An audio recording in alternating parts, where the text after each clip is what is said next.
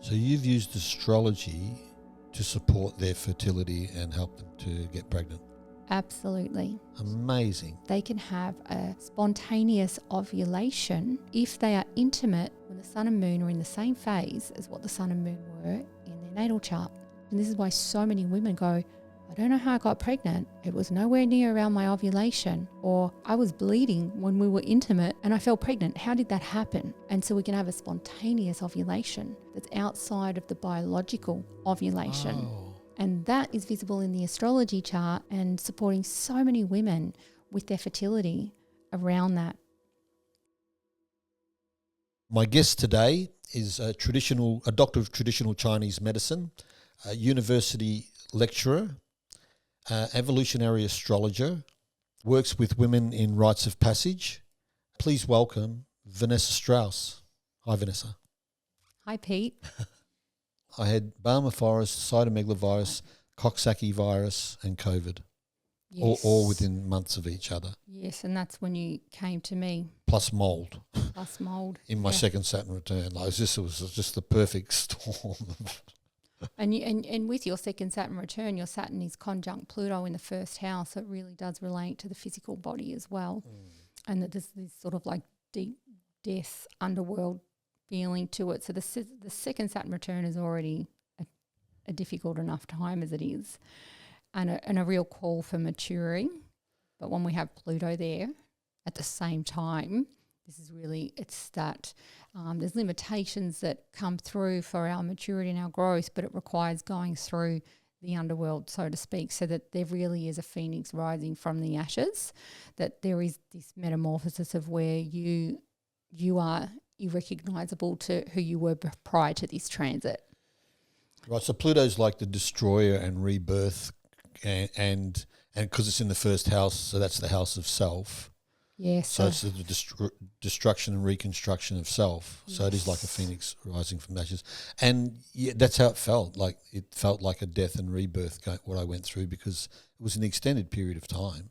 It was an extended period of time. I think I treated you weekly for a year, and but you were coming out of it, and your life started to transition as well from where you were living to moving across the way from Yes, me into right. a house that had a lot of light, a lot of fresh air, and no mold in it.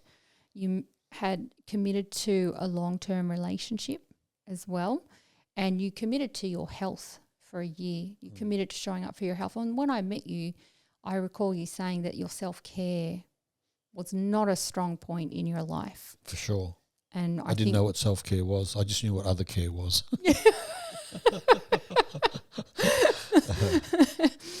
And so, and then you asked to reflect back your health journey, and what I remember very distinctly in one of our treatments, I did some chanting around you and with a singing bowl, and you were like sleeping, and then you woke up and you said, you just broke a spell or a curse. Wow. Do you remember that? No. You don't. Wow. It was right at the end of your treatment, and Oh. I did some Sikh chants around you with the singing bowl, and then you were like, a curse had been broken. Wow. Or a spell had been broken. That is something I would say. I just don't recall saying it. Yeah, and it was very significant because I recall that from that time, this is when it was like you came out the other side of that transit, and it was still on, but the rebirth was happening. And what was key about it is that you started going to the gym and you started to rebuild your physical body. And then this gave more vitality to the cognition that had been so cloudy in a brain fog for so long. And then I witnessed you then become a man with a vision, which was to create your shadow boxing workshops at that point in time. And you created your shadow boxing workshop and you filled the place. Right, I did. And you brought in other people to co-facilitate on a psychological level with you. And I could see that lion, the Leo lion, starting to come back, like the bravery, the courage and the pride, because you had found your vision and you had found your new volume that you were going to write coming out of that second Saturn return, and you were not the same Pete as when you went into that.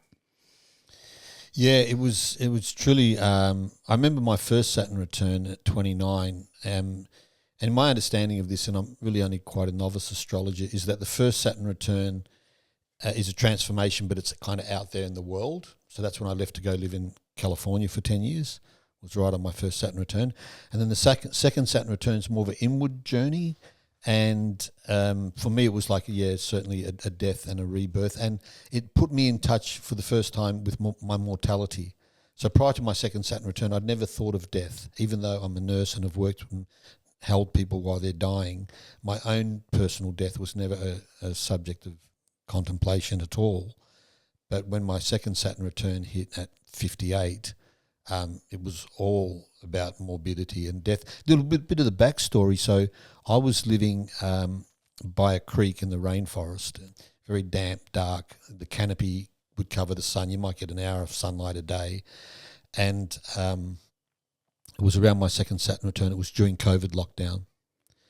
I found out later that my housemate, basically I think is a narcissist and sociopath. So I was living with quite a dark character at the time. Didn't know at the time, but that was revealed later. And so I remember getting savaged by mosquitoes one time. And then shortly after that my health started to decline. I was having night sweats, like soaking the bed, waking up at night with the bed completely soaked. I had a persistent cough in my lungs that was going for at least 6 months. I was seeing like dark apparition, smoky visions in my peripheral vision. Just like I'd turn around and go, what was that? It was like there was something there, and I'd look and it wasn't. And I was having a dissociation. For people who don't know what dissociation is, it's when you feel like you're leaving your body. It's a really disturbing, uncomfortable feeling. I felt like it was my spirit, like not happy in the body and wanting to leave, and it would happen daily, sometimes a couple of times a day, and I'd sometimes be driving my car and I'd feel like I was going to pass out because I feel like my spirit was leaving. And this was around the time I came to you. But before I came to you, I went and saw a local GP, and he read my palm. I've never been to a GP and had my palm read before. And he goes, you need to go and see this naturopath, and then you need to go and see this doctor of Chinese medicine. It wasn't you, it was someone else. So I went there, had a few rounds of needles and pins and some herbs, and that started me on my healing process. But I got tested, and I tested positive for Barmer forest virus, which is mosquito-borne. It's a bit like Ross River. And at the same time, I tested positive for cytomegalovirus, which apparently a large proportion of the population has anyway. I had recently had Coxsackie virus from eating some tainted oysters. And then on top of that, I got COVID, but I got Delta when it was still pretty nasty. And so I was being attacked, and mold. So the place I lived in, because it was quite damp and by the creek, it had black mold, green mold, white mold. And I think that's what got in my lungs and was causing the cough and maybe the night sweats.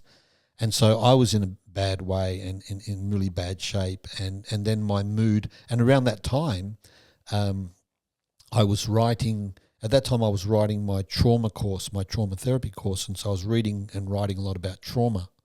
And so I was just in this dark place. And this was, it took me 9 months to write that course. And then I started writing my shadow work course. And so it was just a very dark.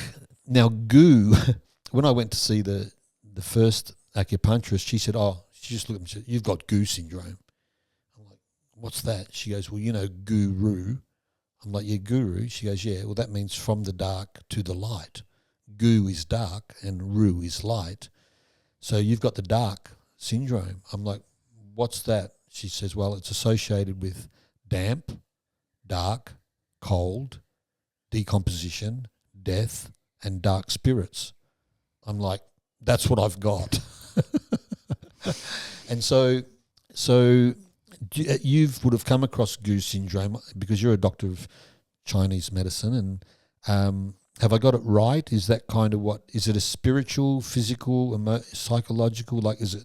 What's your understanding of Goose syndrome? Such a great question, Pete. And just really want to reflect back to you that when I first met you and I was treating out of my Lotus Bell tent at that point, and that's right, there were lots of COVID lockdowns and lots of restrictions around being vaccinated and not vaccinated. And I remember watching you walk up to the tent and I thought, wow, the darkness around you was palpable and visible in a way that was beyond with the eyes. And you had a persistent cough throughout the treatments. And I even remember some caution needing to be taken with using Moxa on the needle head because of the severity of the cough. Would the Moxa fall off and burn you? Right. So that persistent cough is still very alive in my mind when I reflect back. And yes, the Goose syndrome was the first thing that stood out. So I'm always assessing my clients as they're walking towards me because I'm watching their gait, I'm watching on a physical level, I'm watching how the emotional body is expressing and then the spiritual body. And so I used to lecture at Endeavour as well. I lectured for 5 years on Chinese medicine and acupuncture and Chinese dietetics and Qigong, and supervised the acupuncture student clinic for 5 years. So in that particular modality, we do address Goose syndrome, and it's considered to be a physical thing caused by, we say that the spleen creates the phlegm, but the lungs store it. And so phlegm and damp can run simultaneously. Damp is often not producing the expectoration, and that phlegm is more visible. So that hacking cough and then coughing up the phlegm, that's a form of goo. And there can be cold or hot phlegm as well. So that's like at the physical level. But as you go right back into the Chinese energetic medicine, and we're looking at even more holistic than what is offered in these trainings now, we go right back to realize that Goose syndrome is actually that there's a darkness, like an entity that has come onto the person. And so traditionally in Taoism and Chinese energetic medicine, we are very much working with spirits. And it's a very much an animist approach to our medicine, that everything around us has a spirit in us. And everything around us wants to be fed. And there can be malefic energies and there can be benefic energies. And so if we are in an environment, the spirit of the environment can heavily influence our health. So just as you gave reference to being by a body of water, if there's stagnation in that water and mosquitoes breeding there and not enough sunlight coming on and the water turning over to stay clean, then we're starting to generate dark energies in the environment. And if we're living in that, we're not getting sunlight into the house, or if we're too unwell to get out into the sunlight, or here on the East Coast, on the most easterly point, we do get a lot of rain. And so that starts to infiltrate our bodies. Coupled with, we also see in Chinese energetic medicine and astrology, the heavens as an animate force. And so the stars, the moon, the sun, the cycles and the seasons, they all have an impact on us. So when we have the second Saturn return, that's right, we go into that, the first Saturn return is exactly as you said, it's kind of this calling into the world. And it's sort of like, were you responsible? Did you study the right things to be able to give your service out to the world and to fulfill your duties in a sense? And often that'll be met with a trip overseas or moving overseas. It can be met with a marriage or a breakdown in a marriage. And it can be met with having your first child. So there's this element of responsibility that comes in with the first Saturn return. And it's like, it's time to grow up and be of service and to fulfill your duty in the world. And then the second Saturn return, very much so, is It has that mortality component to it because Saturn was considered to be the last planet for so long. And also Saturn has the rings around it. And so we have this sort of ending nature with Saturn. And Saturn is a planet of reality. And so it has this morbidity to it. So at the second Saturn return, when it comes around, there's all of a sudden this awareness of, have I, in a sense, dropped fertile seeds into the earth beneath the tree for something new to sprout forth that will, in a sense, become my legacy? And so that can be very depressing if we haven't made those corrections from the first Saturn return to then really live the truth of what are we leaving here when the physical body is gone. And so the second Saturn return says, you're going to have to put this volume, you've come to a completion in this volume of life the last 30 years. It's time to close that, put that back on the shelf, and it's time to open up that new volume of life. And it's really about, in a sense, what's going to live on after me. That's interesting you say that, because what comes to mind is that's exactly what was going on for me back at that time, because I was 58, never married, no kids, pretty much non-committal in my relationships, travelled a lot, and, just cruising through life. And I remember thinking, I'm going to die without leaving anything behind.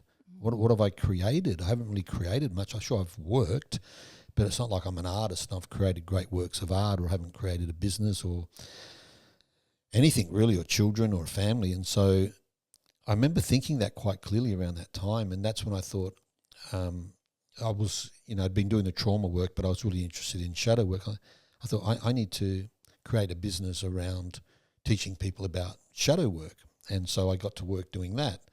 And that became my mission and my purpose, and I'm still doing that, and I'm enthralled by that and inspired by it, and I'll probably continue to do that for the next decade. And I thought, well, at least I'll leave something behind, because at that point I still thought at 58 I'm unlikely to have children or start a family. Little did I know that around the same time I met Beck, my partner, and now it looks like I am going to be a papa after all in a couple of months' time. So yeah, there was definitely this the whole mortality of dying without leaving a legacy, that was really forefront in my mind. And I thought, I don't want my life to be about nothing, so I've got to create something. And being a Leo, I guess I've got that creative urge. And so I thought, okay, I'm going to risk everything and spend my life savings starting up this small startup company to educate people, around shadow work. And so, and then through that process, I met my partner and committed, and I'm going to have a family, and so now I'll leave more behind. So, it's good that I didn't realise that was a part of the Saturn return, the need to leave something behind. Yeah, it's quite miraculous once we understand what the transits want from us and why we have the heavy feelings, the feelings of depression, the feelings of mortality. And looking back, and there can be that feeling, a key Saturn word is failure. So we can feel like we've failed with our life. And then if we're able to sort of grab the bull by the horns, grab the transit by understanding what the transit wants from us, it's like it becomes a celebration almost, because it's like, oh, I'm being called to mature. So what is it? And I love that part, Pete, where you took what was in front of you, you took your direct experience of the goo, the darkness, and you went into the shadow boxing workshops, and then you built that out into your shadow boxing online series. And as you transformed from the goo, the dark, the Ru came in, the light. So the guru came in, becoming a teacher to others of how to work with shadow, because you walked through the valley of shadows. I described it as the dark night of my soul was my Saturn return. And with my sun in the 8th house, in the house of Scorpio, I have this proclivity towards all things hidden and taboo and secret, and so I've become more aware of this over the years. And I just had this fascination with the darkness. And, most of us were afraid of the dark. And, as Jung says, where's your fear, there is your task. So I thought, okay, I need to face the darkness in me. And so I set about really attempting to do that. And I didn't go about it half-heartedly. Like I went full into psychedelics, because psychedelics take the mask off. When you take psychedelics, you realize, I'm not just this pretty persona that I'm giving off. There's a whole lot of other stuff, and what's revealed behind the persona is the shadow. And so I became aware of that, and I thought, well, how far do I take this? How much of my shadow do I really want to reveal? And what's that going to cost me? And so, I had many journeys with psychedelic plant medicines. And I just want to share one experience that was right around the same time that we met that I think caused my dissociative episodes. So I drank the Amazonian plant medicine ayahuasca, and I did that with my housemate, the guy I was living with at the time, and I had a psychotic breakdown. And I'd already drunk ayahuasca quite a few times before that, dozens of times, and never had a psychotic breakdown. And psychosis is like a complete break from reality.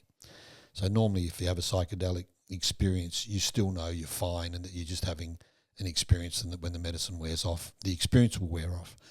But I just went into complete psychosis, and my outside world became completely alien, like I couldn't recognise anything.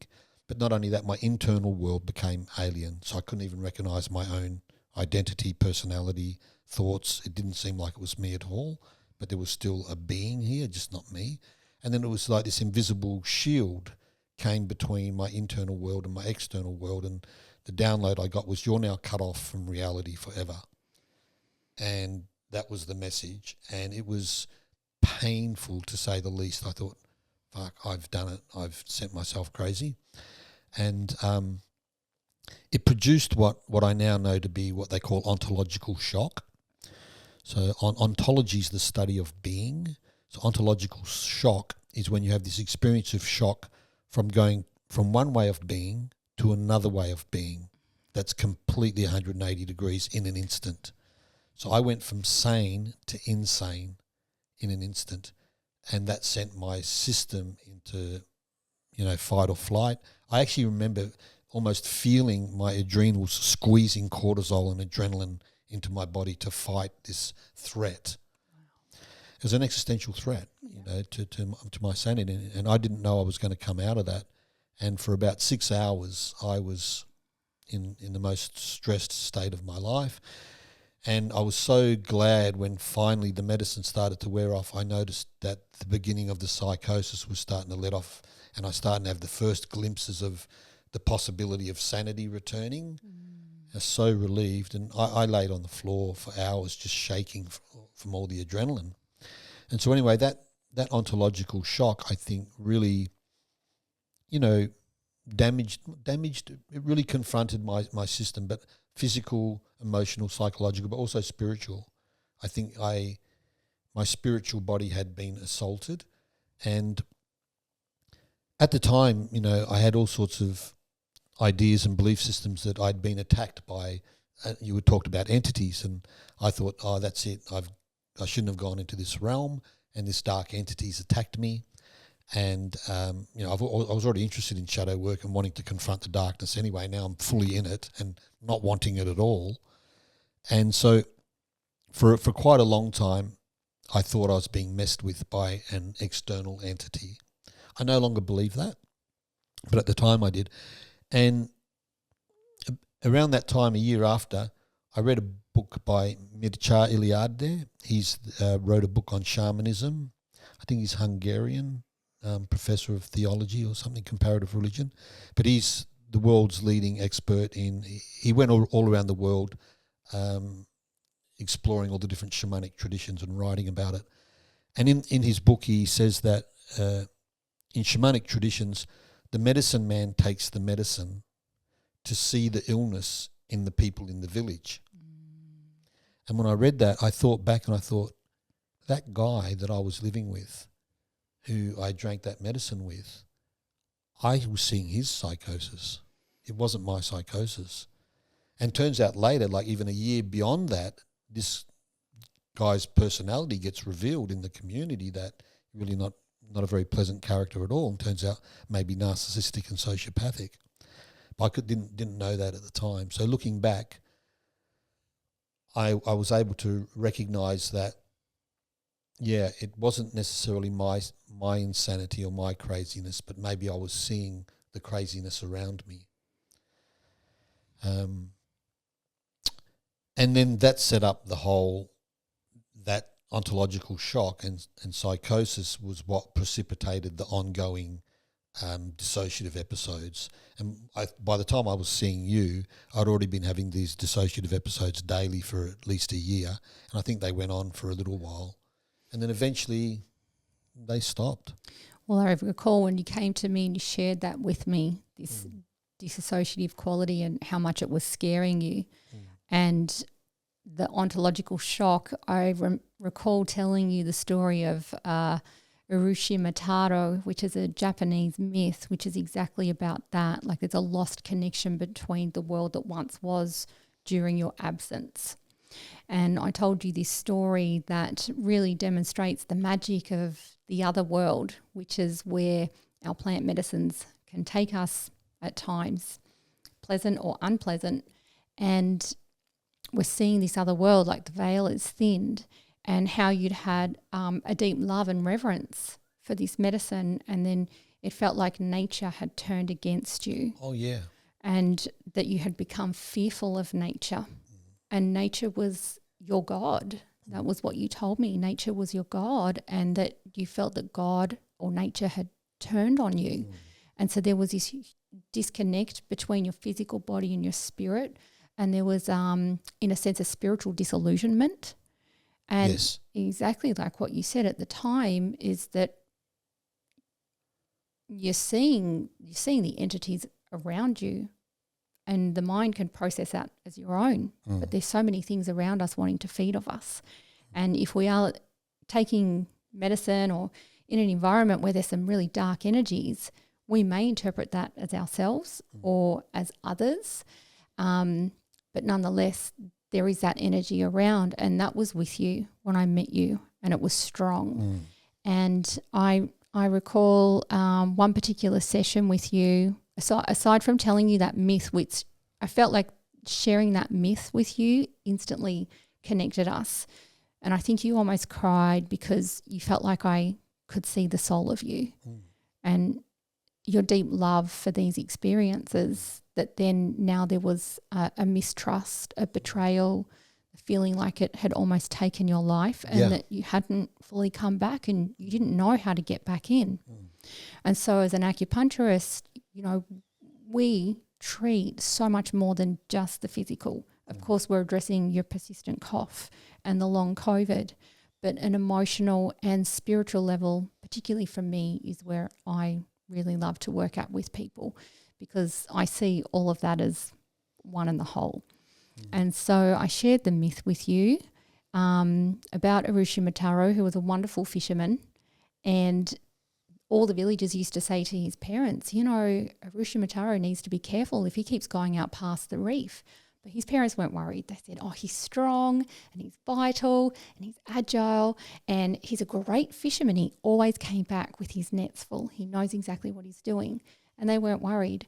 And one day, Urushimataro was out fishing beyond the reef, and a wild storm came. And they found his boat shipwrecked, and the entire village thought that they'd lost a great fisherman, and his parents grieved so deeply.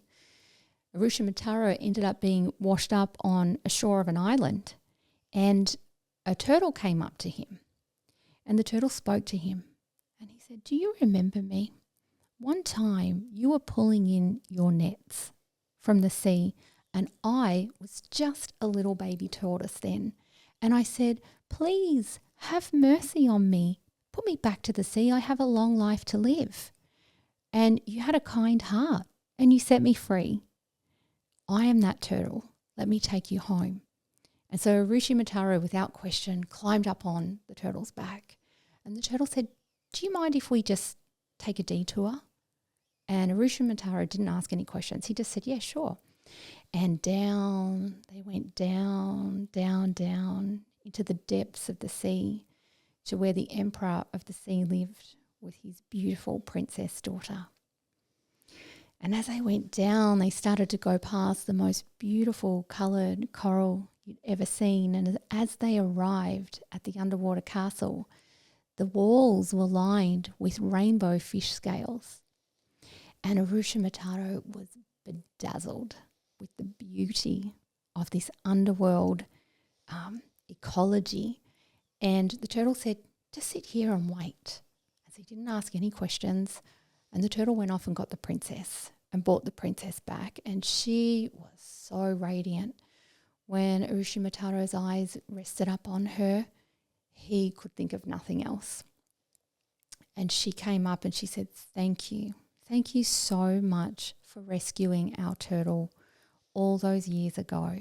How can I reward you? And he couldn't speak. And so he stayed with the princess for what felt like 3 days and 3 nights in a magical world. But he started to become a little complacent, and he didn't want to bother the princess because she'd been so good to him. But his heart started to grow heavy, and then it couldn't help be noticed by the princess. And she went up to him and she said, what bothers you? What troubles you? Why is your heart heavy? And he said, I'm just missing my parents. My mother didn't have good health, and I'd like to go back to the upper world and to see her. And the princess was enraged. And he said, it's no big deal. I'll come back. I want to be with you. And she said, well, if you must go, and here, take this box. And this was a treasure box. And she said, promise me you will not open it. She gives him the box. And he's so excited to go and see his parents. He just snatches the box, runs off to the turtle, and the turtle takes him back to his village. And he gets to the shore, and he can see the smoke coming out of the chimneys of the thatched roofs, just as he remembered it. And he's running down the street, down his village. And he sort of thinks, things look a little bit different here. He kept running, and he ran to his house, and he knocked on the door. And a stranger opened the door, and he says, who are you? And they said, well, who are you? And he says, I live here. My parents live here. And they said, no, we live here. And as it turns out, there was rumour that they could remember that once upon a time, his parents did live there. And they suggested to Urushimataro to go to the cemetery. And in shock and disarray and discombobulation, trying to make sense of it all these 3 days that he'd been gone for, he goes to the cemetery, and there he sees the tombstones with his parents' names dated back 600 years ago. And Urushimataro runs to the shore, and he's calling for the turtle to come back. But the turtle never comes. As he sits on the shore with his head in his hands, trying to make sense of it all, and he remembers the box that the princess gave him. And so he takes it out of his pocket, and he opens the box up, and out comes a purple vapour. And within moments of this purple vapour coming out of the box, he sees his hands start to become shriveled and crooked like old man's hands. And he runs to the water, and he sees the reflection of his face, and he's like, oh my gosh, what is happening? And his spine becomes all bent over and hunched, and then he falls to the sand, and there he dies. For the vapour brought him back into the time of the above world on the land. And what was 3 days perceived in the underworld land was 600 years on land. And so the mythology shares with us how we can move through different time-space realities, or move into realities outside of time and space. And then when we come back to our world, as you did, there's a disconnect. It's like something was lost in our absence, and we're trying to reconnect again. And I think the mystique and the mystery of that myth really spoke to you at that time, and your love of this underworld and the magic that is there with, you know, your sun in the 8th house, and also going through that second Saturn return conjunct Pluto at the same time. And so I spoke to the soul of you. You know, it wasn't just about putting pins in you or doing moxa to lift off the goo and the damp in the physical body. Like, it was almost a soul retrieval, and to be able to do that, I had to speak to you in an archetypal language that could start to open up these gates where we could actually bring you back. I remember using those specific words. I said, I feel like I need a soul retrieval. Do you know anybody who does soul retrieval? I didn't even know what soul retrieval was, but I knew that it felt like my soul had left my body and I wanted to retrieve it. And I'd heard the term before. So you were using archetypal myth, which I do. I do like mythological stories and archetypes, and they do speak to me at the unconscious level, which is where I think I spend a lot of my time. And so, I do have this fascination with the hidden and the occult and what's behind things. It's always kind of been there in a way, and that led to, of course, psychedelics, because psychedelics, I got to psychedelics quite late in my life. I think I was probably 40, but I really took to them because they revealed another whole internal landscape that seemed spiritual. I'd always been on a spiritual quest. You know, first 17 years was Catholicism, thinking I'd find Jesus or God in the Catholic Church, and I never really did there. Maybe I wasn't looking hard enough. And then I spent 15 years doing yoga and Kundalini yoga and Kriya and meditation, and going off to sit in ashrams in India, thinking I would find my spirituality there. And I know you're a Kundalini yoga teacher as well, so we have that in common. And then it wasn't until I had my first cup of ayahuasca that I actually, like, seeing is believing for me. I saw a spirit realm and I thought, okay, there is more to me than meets the eye. And so I had my first glimpse of what's behind the veil, or one possibility of what's behind one possible veil, and became fascinated with, you know, all things that are hidden and unseen. And so I went on quite a decade or more long journey with psychedelics, and I went for all of them. There's ibogaine, mescaline, psilocybin, ayahuasca, LSD, 5-MeO-DMT. I just, it's like I will leave no stone unturned in my search for what's behind the superficial layer of things. And maybe because I was single and didn't have any kids, I thought that I could do that. I could push this because there's only me at risk. If I had a family and children, I probably wouldn't have gone into the psychedelics as much as I did. But I remember being in Mexico City, and by this time my interest in all things shadow was pretty strong. And I was going to this retreat where we were going to drink ayahuasca through the night and then smoke the toad venom, 5-MeO-DMT, in the morning when the ayahuasca had completed. And this is the biggest initiation in the psychedelic realm that there is. They call it sapahuasca when you combine the two. Oh. Quite, you know, like there are risks involved, and I knew there was risks, but I just, for some reason, I thought I need to take this all the way. And so I remember sitting in this room with a group of people, and we had to go around and say, what's your intention for this big journey you're going on?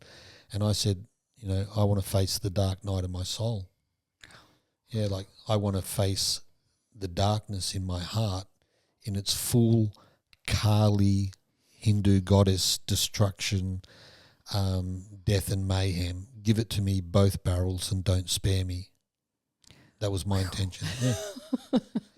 And that's my nature. For some reason, I have that nature. It's not always helpful because it puts me in these situations that I can have very unpleasant, challenging experiences. And anyway, so I did that, and in that journey, I just basically became the perpetrator of every crime that a human's committed against another human.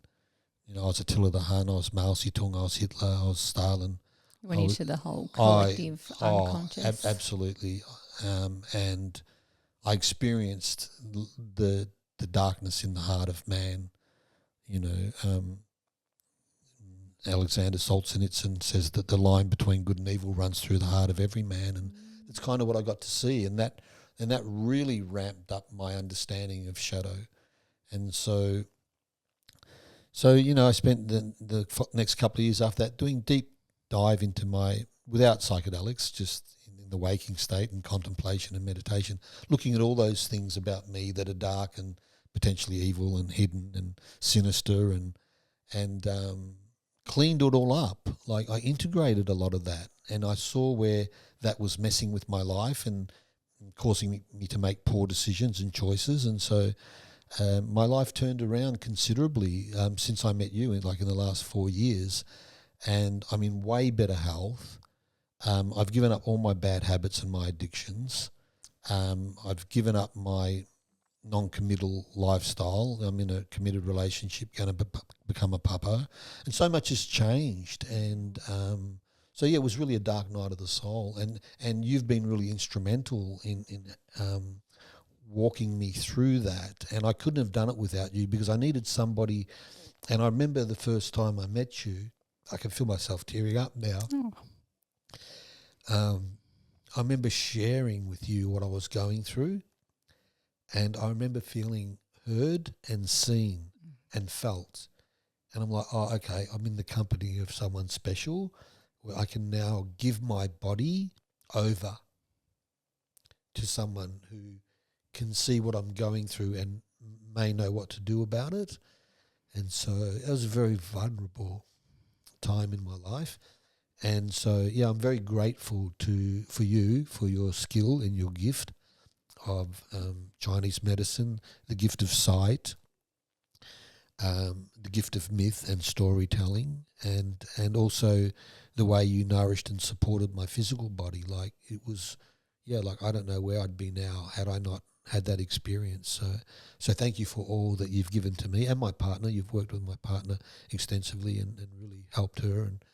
And so yeah, you're a very gifted practitioner in what you do. I know you're a doctor of Chinese medicine, but you're also an evolutionary astrologer, storyteller, and then I think you also work in the women's kind of rites of passage. I know you do work with women, because my partner's been to some of your women's groups and comes back lit up. So, at the end of this, I want to let people know where they can contact you, because there may be people hearing this and go, well, who is this Vanessa Strauss? And, you know, I need to see what she has to offer, because you've got a lot of gifts and I know you love to give them. And so, yeah, let's go on to astrology. We've mentioned astrology a little bit. I'm an amateur astrologer, and I didn't know what that meant until I looked up the word. And amateur means lover of. Oh, I love that. Yeah. Oh, I didn't know that either. Yeah, it comes from French. Amour, amateur means lover of. So I'm a lover of astrology. And I got introduced to astrology when I was in California, and I met this guy. I was working as a nurse at UCLA Hospital. This young guy came off his bike and smashed his face up and was in the orthopedic ward where I was working. And you know, he was fascinated with astrology, and we'd have these conversations about astrology, and we became good friends. You know, when he left the hospital, we started hanging out. And I remember we were at a party, and we're standing around on the porch, and we're just talking to people, and this guy Dave was there, and after about 15 minutes, he just pointed to 4 people randomly, and he said, "You're a Taurus, you're a Pisces, you're an Aquarius, and you're a Virgo." And he got 4 for 4. And my jaw hit the floor, and I said, I don't even know what the probability of that is, but it's got to be 1 in 10,000 or something. And I'm like, you've got to teach me that, dude. That's next level. He goes, happy to teach you. And so we were friends for many years, and, you know, he gave me all these books to read, and I read all the books, and then he taught me the things that he'd learned, not through books, but through just application. And I became a deep, I don't know if believe is the right word, but I saw it as a valid science or study. I started doing people's astrological charts. I had a shop front on Venice Beach in California for 2 years with my brother, and we would do people's natal charts and then have long conversations with them. And I started to see the patterns I realise what astrology is. It's not a cause and effect. It's an empirical science where you're looking at patterns, because people's personalities have patterns, and then the constellations of the stars and the planets, they have patterns as well. And if you talk with people long enough and look at the chart, those patterns start to reveal themselves. And pattern recognition, I think, is a high form of intelligence. I mean, we're designed to be able to see patterns. Is this food or poison? Is this a friend or an enemy? So there's a facility that we need to be able to see patterns. And I think that's what people who are adept at astrology can do. They're able to see those patterns. And after doing that 2 years on Venice Beach, I remember walking down, I packed up my stand and I was walking down the boardwalk there, and there was a guy painting, doing some portraits, and I stopped for only about 30 seconds and I said to the guy, I says, "You've got to be an Aquarius." And he's like, "How did you know that?" and I says, I don't know how I know. And I walked off, and there was another woman sitting on the ground in beautiful long dress, and she was making candles and selling candles. And I was there maybe not even a minute. I said, "You're a Cancer, aren't you?" She says, "Yeah, I'm Cancerian." She's like, "How do you know?" I'm just like, "You got that mother energy all over you." I walked off. Anyway, I got 4 for 4 without even trying. And then I'm like, this is real. Astrology is as real as anything else. And I know Carl Jung, the father of depth psychology, used to do his patients' astrological charts before he saw them. Absolutely. So one more story I just want to share about astrology, then I'll hand it over to you because you've got a lot to offer. I was working, this is about 5 years ago, I was working in the emergency department at Gold Coast Hospital here. It was a night shift. It was about 3 a.m. It was pretty quiet. And one of the nurses asked me if I'd do her astrology reading. So I put her chart up on the computer and started interpreting her chart for her. And she started giggling and laughing and like really enjoying it. And one of the doctors said, "Oh, what are you two laughing about over there?" And my friend Taryn said, "Oh, Pete's just done this interpretation of my astrology chart and it's bang on." And, doctors being kind of scientific goes, "Oh, astrology's just nonsense. That's rubbish, And Taryn goes, no, he's really good. You should try this, And so the doctors came over, Naomi, she comes over and goes, "Okay, smart ass, do my astrology chart," kind of a bit this kind of attitude. I said, okay. So I got her details, plugged it in and pulled up her natal chart. She goes, "Tell me something I don't know." She was really quite, challenging me, So I looked at her chart for a few minutes, and then I said to her, and she would have been late 30s, early 40s. I said, "You've never dated a man from your own country. You've only ever dated foreign men." And she's like, "What? Oh my God, how can you know that?" I'm like, "It's in the chart." And she goes, "That's got to be a fluke. Like, I can't believe that. That's impossible to believe." She goes, "Tell me something else." So I'm like, okay. So I looked at the chart a bit more. And I said, "Before you went into medicine, you were thinking of going into law and becoming a lawyer." And then she's like, I saw her like eyes go wider. And she goes, "Oh my God, they're both accurate."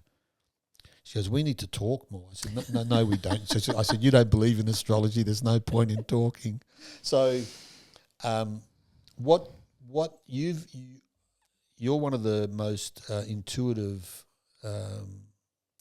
instinctual astrologers that I've come across. I've had some readings with you, and I found them really accurate and specific. How did you get into astrology? What do you make of it? What does it have to offer? Thanks, Pete. Thanks for sharing those beautiful stories as well. And the patterning, absolutely. It's a map of the sky at the time you came in. That was the pattern that you arrived up on Earth. You were an earthling. You were born onto planet Earth, and it's a picture of the sky at the time of your arrival, and that's very sacred. And often the first thing I'll do is connect the patients to the lunation phase because, one, the moon's the easiest thing to see, and it's a 29-day cycle, so we can go out and we can actually witness the phases of the moon, whether it's a dark moon, a new moon, a crescent moon, a full moon. And so often I'll get people to start a relationship with the sky through their astrology chart and to know what phase that they were born in and how this influences them. and how this presents in their personality. For example, I had a reading with someone last week who's a full moon baby, but they're not expressing as very yang and out there. And that was because actually the moon was not in the sky. It was, the sun was in the sky when they were born. So the moon was underneath the planet from their perspective of where they were standing when they were born or where they were birthed. And that gave her so much context because we're looking at this yin body. The moon represents the feminine and the yin. And then it's in its most yang expression. But then in her chart at the time of birth, the moon actually wasn't visible in the sky. And so just starting to connect with the pattern of the sky.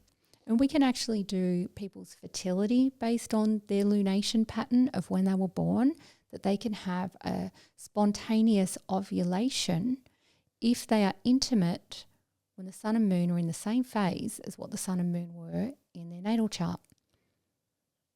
And so we get the pattern, and then we bring the pattern in, and we're going to have a spontaneous ovulation. This is why so many women go, I don't know how I got pregnant. It was nowhere near around my ovulation. Or I was bleeding when we were intimate and I fell pregnant. How did that happen? And so we can have a spontaneous ovulation that's outside of the biological ovulation. Wow. And that is visible in the astrology chart and supporting so many women with their fertility around that. So you've used astrology for you've used women's astrological charts to support their fertility and help them to get pregnant. Absolutely. Amazing. Yeah.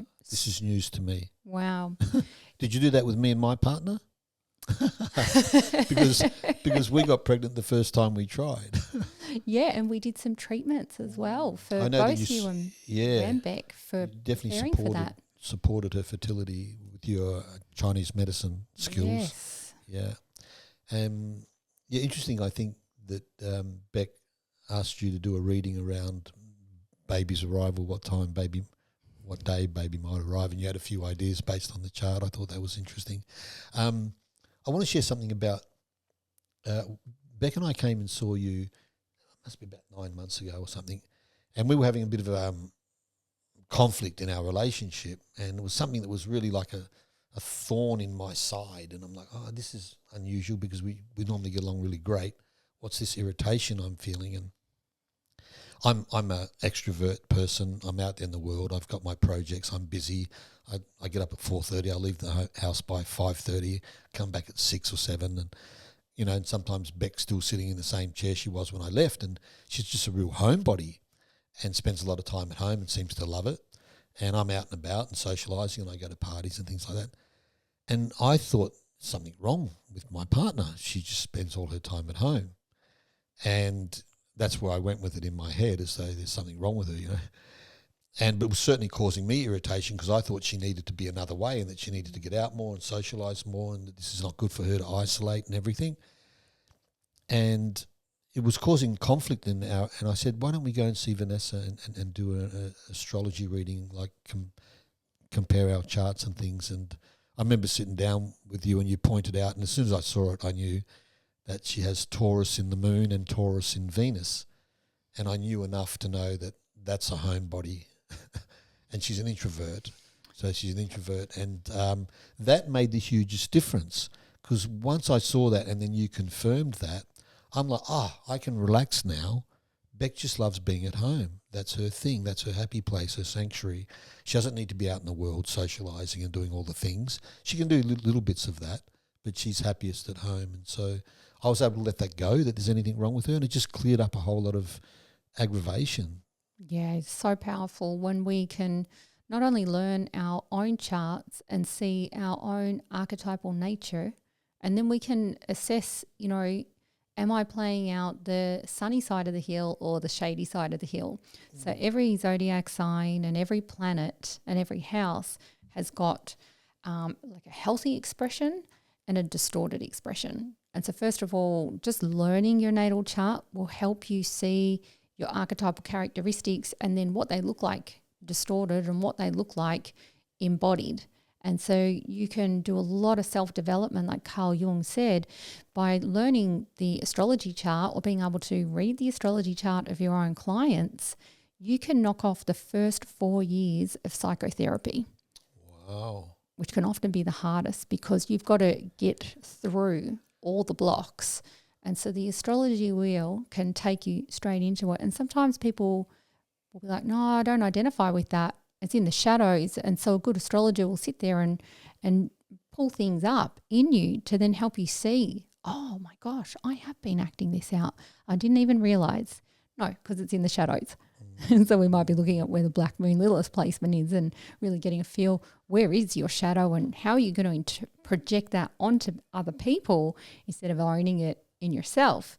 And so we can learn that about ourselves first and foremost, but then we can help in relationships, synastry, and the composite charts of relationships to help see where we're going to be compatible and where we're going to have challenges. And I remember when I learned astrology, I was so relieved because my husband and I have a Mercury square by sign. And before I saw our charts together, I was kind of like, oh, everything's really good. But sometimes it's like I'm talking Russian and he's talking Cantonese. And I'm not sure about this. And when I saw that in the astrology chart, that we had a Mercury square, his Mercury is in Aquarius and my Mercury is in Taurus. Oh, well, we are perceiving through a totally different lens and we're going to communicate through the lens of perception. That's what Mercury is. So when you start to understand the way that you communicate and the way that you see the world from an archetypal perspective, because then it takes out anything like an opinion, someone's opinion or someone's belief. So there's a lot of dogma that can be stripped away with astrology. Right. And so you see this archetypal language. And then you learn that the square is actually there to help you grow. So now, a Taurian can have a very fixed and, a Taurian wants security. So the lens that they're looking through is, am I going to feel safe and secure in this? Is there any threat to my possessions or to my value system? And if there is, Taurian can really dig its heels in. And so is not very mutable or flexible in that way because they've got to get past that initial feeling of losing the stability of the ground that they stand on. Where an Aquarius is really higher mind. And Mercury in Aquarius, they've got lots of ideas and they want to explore all the ideas before embodying something. Where a Taurian will hear, oh my gosh, you're just changing your mind all the time and can't give the space for all of the ideas that need to be heard and land and then for something to percolate. And then the Taurian can run with that and go, yeah, I've got that now. Now we can embody it on this earthly landscape. And so once I realized the square, I knew that my husband could show me a perspective I didn't have access to. Right. And I knew I just had to let my Taurian energy just take a breath and see his perspective and then see mine. And then I could also give my husband this grounding with his ideas because otherwise there's so many ideas coming through. Yeah, you can implement them. Yeah, so the Taurian can embody the idea and can make it practical. Like, okay, is that idea practical? Can we do something with it? So once I realized I didn't need to do something with every idea he was having, I could wait and then say, well, this is the idea that we can run with. Then it became incredibly valuable and gave so much reassurance where there had been a conflict and a challenge in our relationship and a really big question mark, all of a sudden became, oh my goodness, you can open up my perception and I can ground your ideas for you. And so together we've become a unified team. And you, the two of you built quite a successful business up in the Gold Coast. Yeah, that's right. So you were able to take his ideas and ground them and embody them and implement them and become quite successful. Yeah, absolutely. Through understanding that dynamic. Yes, absolutely. Knowing how we're going to work together best and what our challenges are, and then some people can feel defeated when they see the challenge in the chart, but actually the squares and the oppositions are here to help us grow. And so they're a challenge enough that we can't look away from it. We have to lean into it because that's where our growth is. So some of the most successful marriages will have charts that have a lot of squares and oppositions. Right. So if we learn the astrology, if we learn to grow, because relationships is a way of relating, we're relaying information to each other. And so it can help take away that personal lens, not see things as an attack or a defense or we're too different, but actually say, oh, our differences can help us grow together and make us, really 8th house stuff, make us empowered to be more than what we could be on our own individual selves. So if we have a lot of similarities in the chart, that can flow really nice and feel good, but we may not really grow. Right, the challenges aren't there. That's right, the challenges aren't there, and so we don't learn others' perspectives or how to listen to another that has a very different view on the world than ourselves. And so that's the beauty of the challenge and knowing the astrology so you can meet that challenge. In all the Indigenous cultures, they do believe that you're alive if you're on the river of challenge. And so what challenged you today? What caused you to grow? So challenge is a healthy part of our life to continue to expand us. And that's really what we want in relationship. We need to keep growing in relationship. So seeing that in the chart and learning that tension point is a way of growth and how to embody that growth can take away so much doubt or confusion or projection onto the other person and really bring in a deeper union. Yeah, which is what I was doing with my partner. I was projecting onto her my own needs. Yeah, because you're a Leo, you need to go out and shine your light in the world. You need to be seen, and where Taurus is very contained and they don't really need that.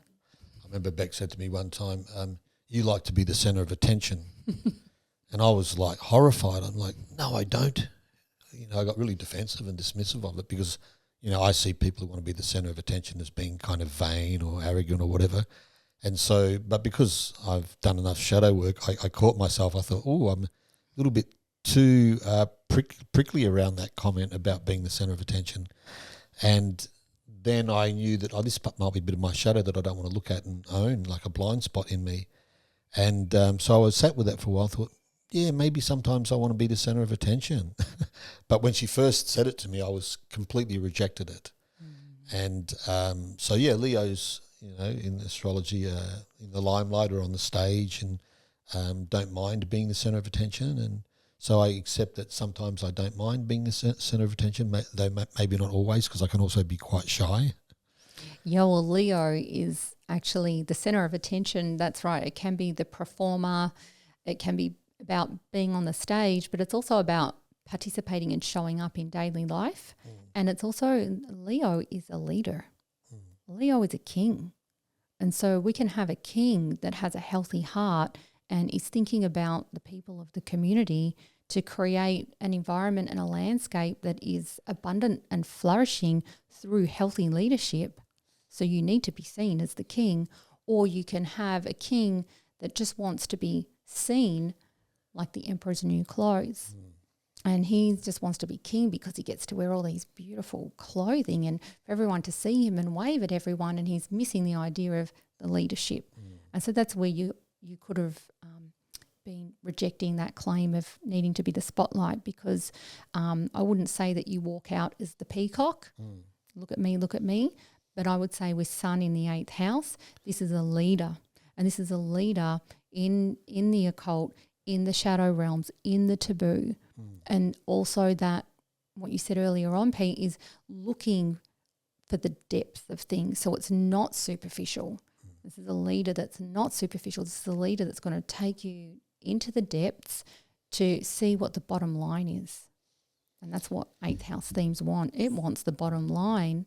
And I believe your Mercury is also in the 8th house.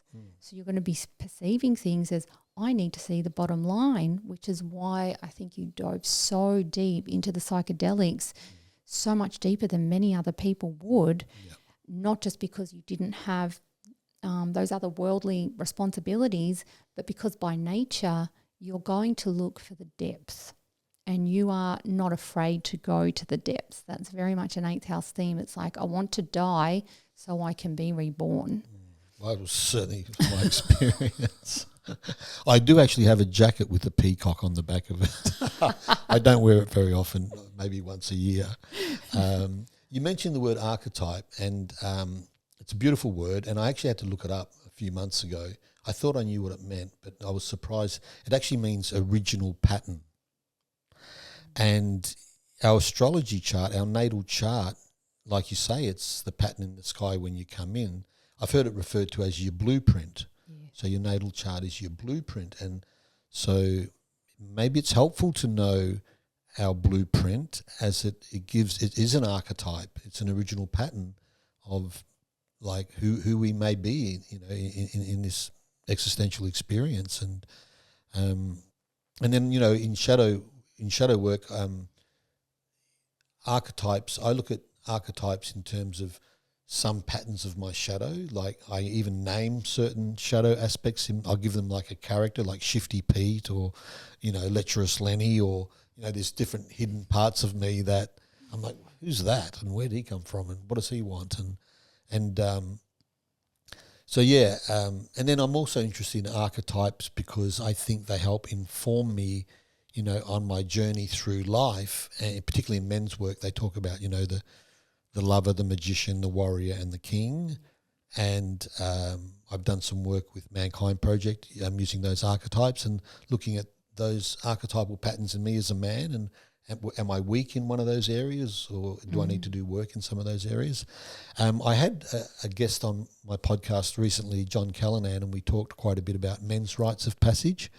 You work with women. Is the work you're doing with women, would you call that rites of passage work, or would you explain?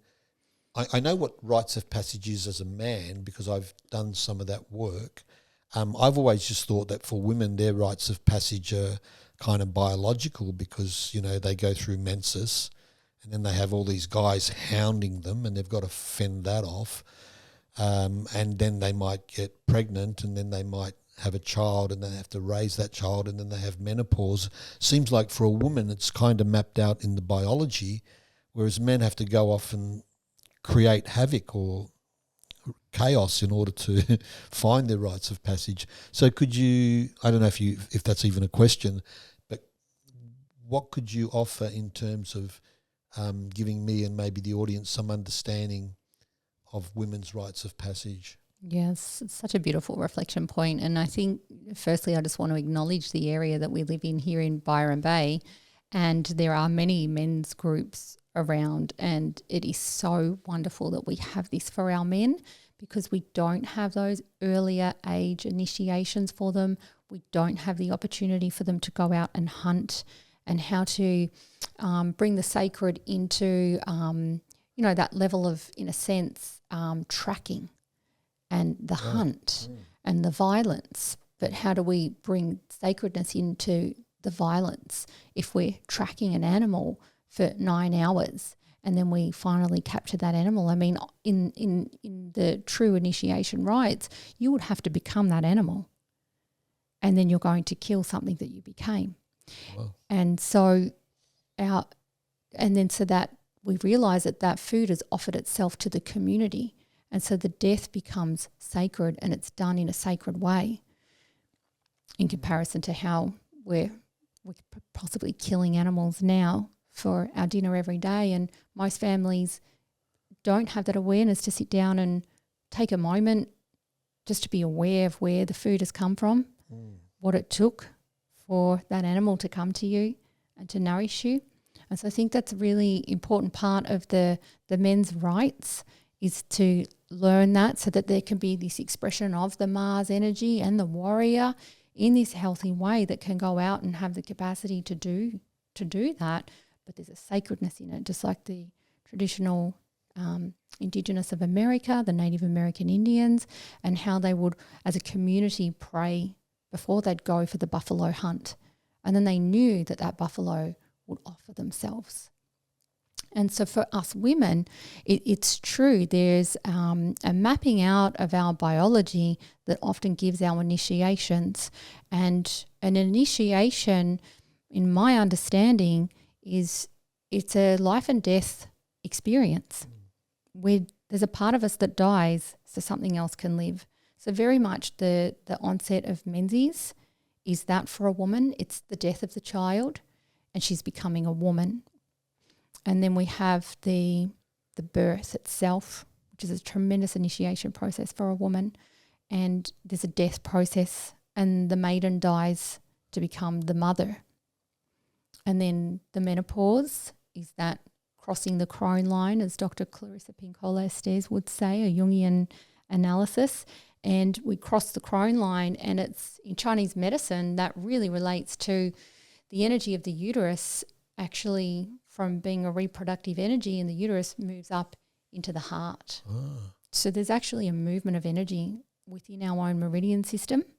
Wow. There's a shift in the glands of higher consciousness, and then we become the wise elder to give back. I also see that there are other really significant initiations that a woman needs. And they do tie in biologically with those significant transitions that are happening in the physicality. And one of those that I became very passionate about was the initiation from naivety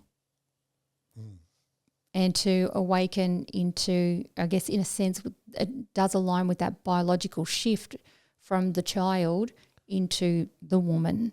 And for many of us women, we can still be playing out the child. And ultimately what we end up with is being blue-bearded in return. And what that means is in mythology, there's a particular myth, and it takes us into this realm of seeing where our own naivety and not calling out what we see because we see it can have a very adverse effect. And ideally these initiations, they have a death and rebirth process. So we want to awaken from our naivety. And so to become responsible for ourselves in what we see and what we choose to engage in, because we look, and if something doesn't look right or doesn't smell right or doesn't feel right, that we can call that out. And so if we've had injured instincts in our younger years, or we've been raised by a mother with injured instincts, we will play out the naivety card. And so many of my patients over the years have come with this syndrome of bluebeard. And so in the mythology, we have this mature age man who has all the finest regalities, and he has a beautiful castle and he has all the finest horses. And he comes to this house one day where there are 3 daughters, and the mother says, "Oh, welcome." And he says, "I would like to marry one of your daughters. May I date them all? May I court them all at the same time? And by the end of the day, the next morning, I will know which one will want to marry me."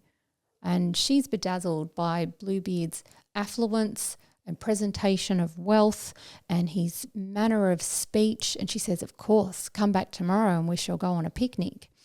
And so all 3 daughters go, and it's a charming day. Bluebeard takes them home at the end of the day, and the next morning he comes and knocks on the door. And he says, "So, which one of your daughters will take me as their husband?"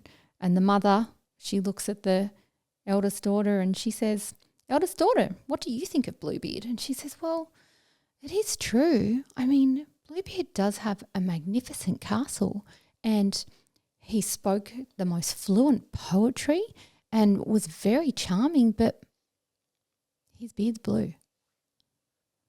And then the mother's like, "Well, what about you, middle daughter? What do you think of Bluebeard?" And she says, "Well, Bluebeard did recite amazing poetry, and his carriage and horses are beautiful.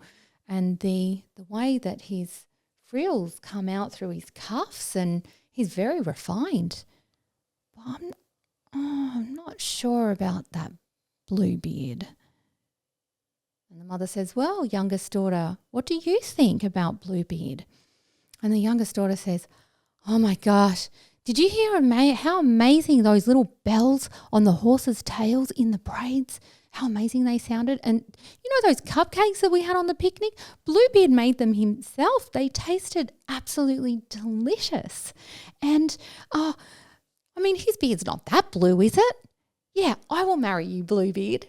And the mother says, "Joyous day. Let's prepare a wedding." And so instantly here in the myth, we see the mother has injured instincts because she can see Bluebeard has a blue beard, and even her eldest and middle daughter are calling it out. The youngest and the mother are not seeing that there's a red flag. His beard is blue. What is wrong? Why is no one asking, why is your beard blue? And so we have to snap out of this naivety and being pulled into this rose-coloured glasses of seeing what we want to see and projecting what we think that's going to be onto it and owning that in ourselves. So we move from naivety, and the idea is we go through this initiation and we come out with our innocence intact, but the naivety is not there.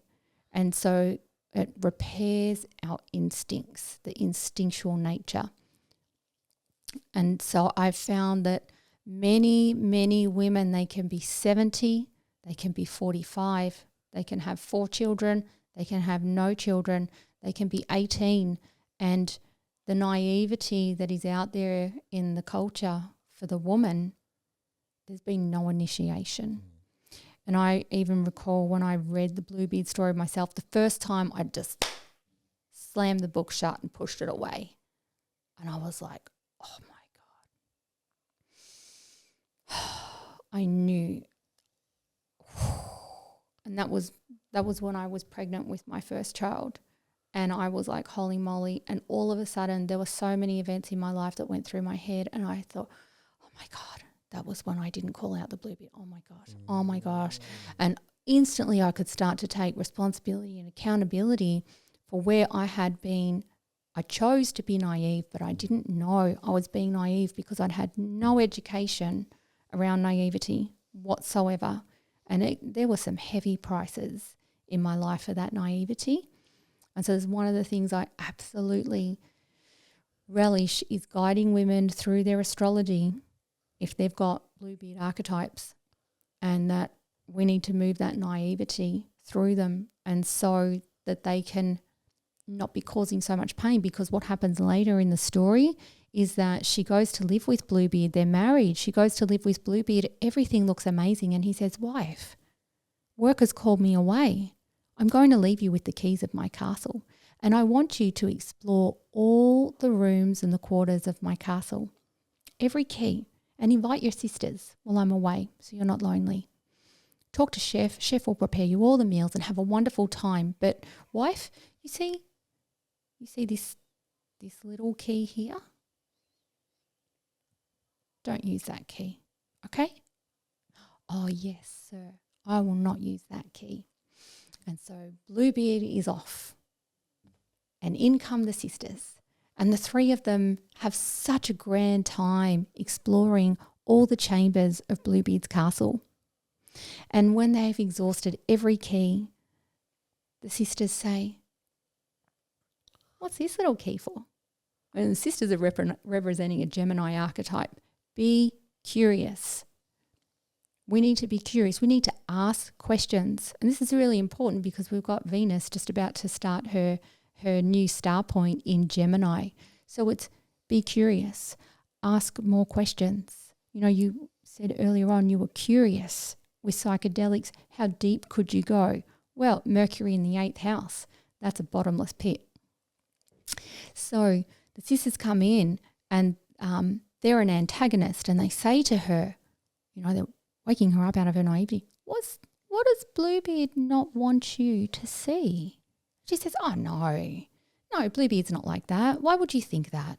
No. And they said, "Well, come on, let's go and find it." And she says, No, I told Bluebeard I wouldn't use that key." And the sisters run off and they're trying every door.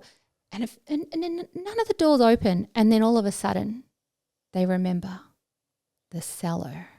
and they go down and they find the door to the cellar and they put the key in. They're shaking the key and moving it around and jiggling it up and down, and all of a sudden the door opens. Quick, quick, get me a candle, get me a candle. And as the door opens, they've got the candle and they're looking in, and they're what they see is so painful. They see all of the brides Bluebeard has ever married with their heads stacked up in the corner, decapitated heads, bodies still dressed in their bridal gowns. Blood is everywhere, and the sisters run. And the youngest sister, she's trying to lock the door with the key. So Bluebeard's wife is trying to lock the door with the key, and the key's bleeding, and the key's bleeding all over her clothes, and she can't stop the key from bleeding, even though she got the door locked. And she runs to the chef and she says, chef, how do we sear this key shut? And he says, oh no, we can't sear the key. And they're running around looking for every possibility of stopping this key from bleeding.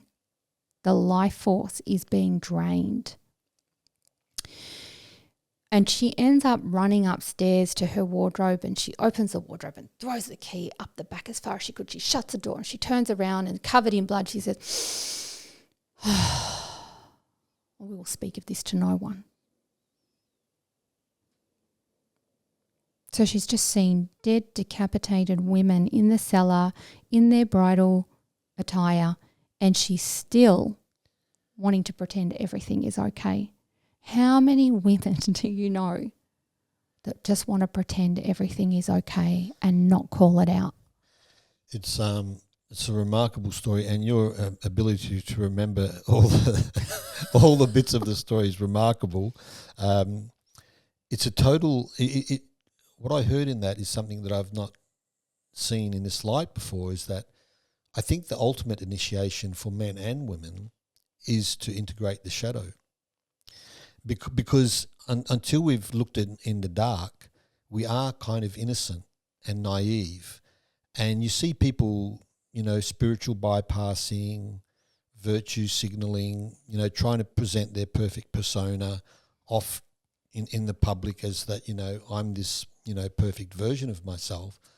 And that I think you're vulnerable like that. And what I've gotten out of, doing my shadow work, my shadow initiation, is that I'm not this perfect persona. Like, I know that, I'm half angel, half monster.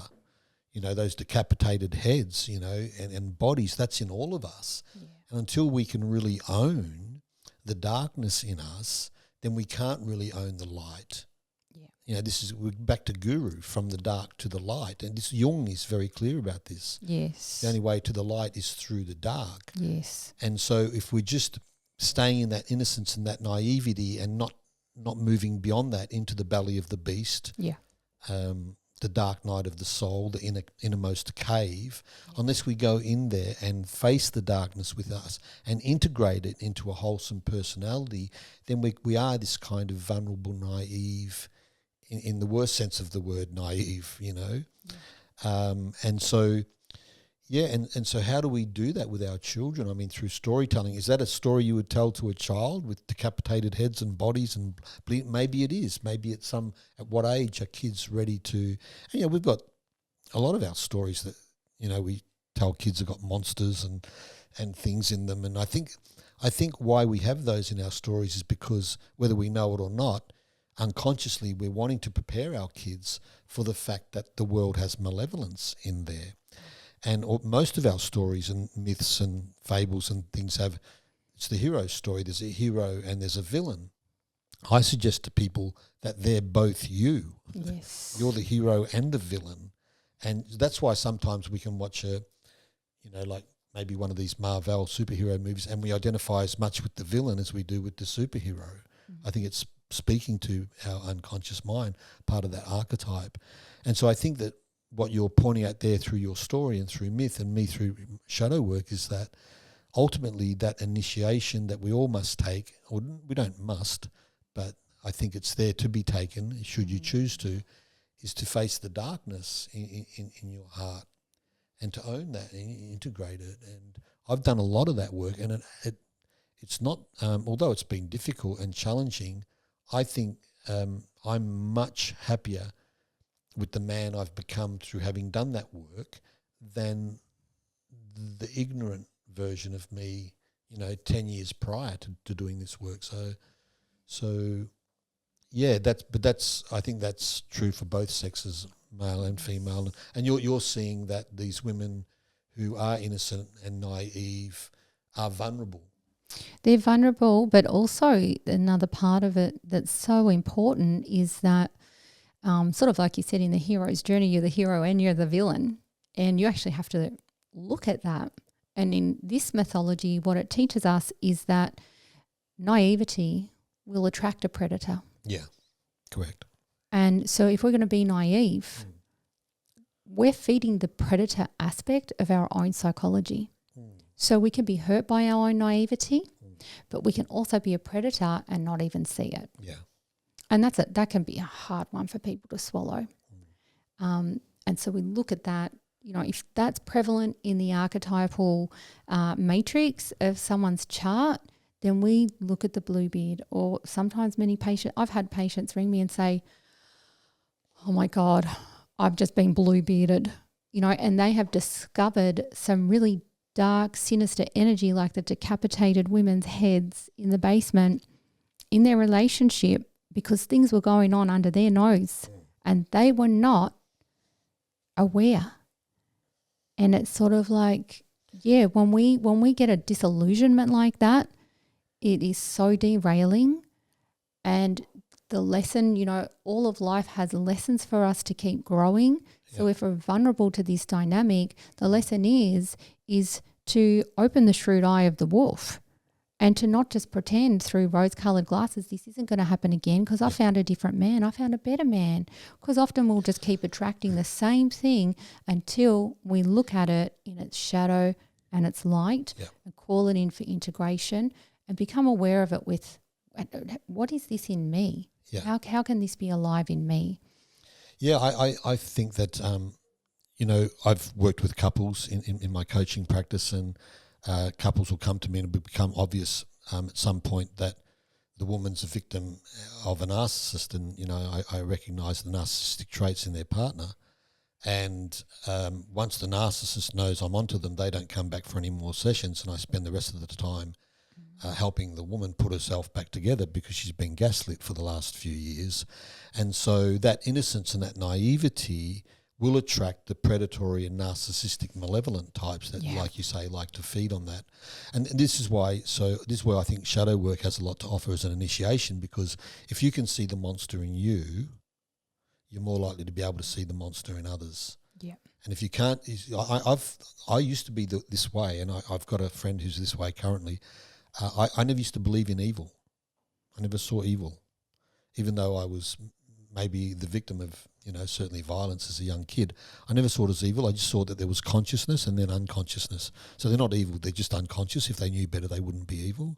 And that's changed a lot since doing shadow work. I now accept that there's malevolence and evil in the world, and that by being able to see that, I feel a lot safer, a lot more protected having done shadow work and knowing that there is evil in the world. It's kind of a dark note. I feel like we're winding up because our time's running out. I don't know if I want to end up on an evil dark note.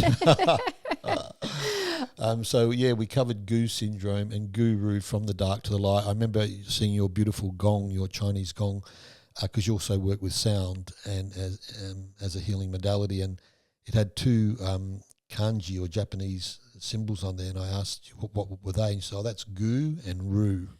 I'm like, perfect. So we've been on this journey from the dark to the light, and I didn't refer to my questions that I prepared for this, not once. I kind of thought this would just be a spontaneous conversation. You shared with me before we started talking that you had no sleep last night. you wouldn't know it. How you recalled those stories, that's a remarkable facility you've got there. Thank you for coming on and sharing those wonderful stories and archetypal stories that speak to our unconscious and inform us. You're a gifted and wonderful practitioner in Chinese medicine. an evolutionary astrologer, a storyteller, and a women's worker in the women's health space. If people wanted to find you, where could they find you? Yeah, I have a website. So it's www.vanessastrauss.com.au, or I have an Instagram page, Dr Vanessa Strauss. Strauss. That's right. Vanessa Strauss.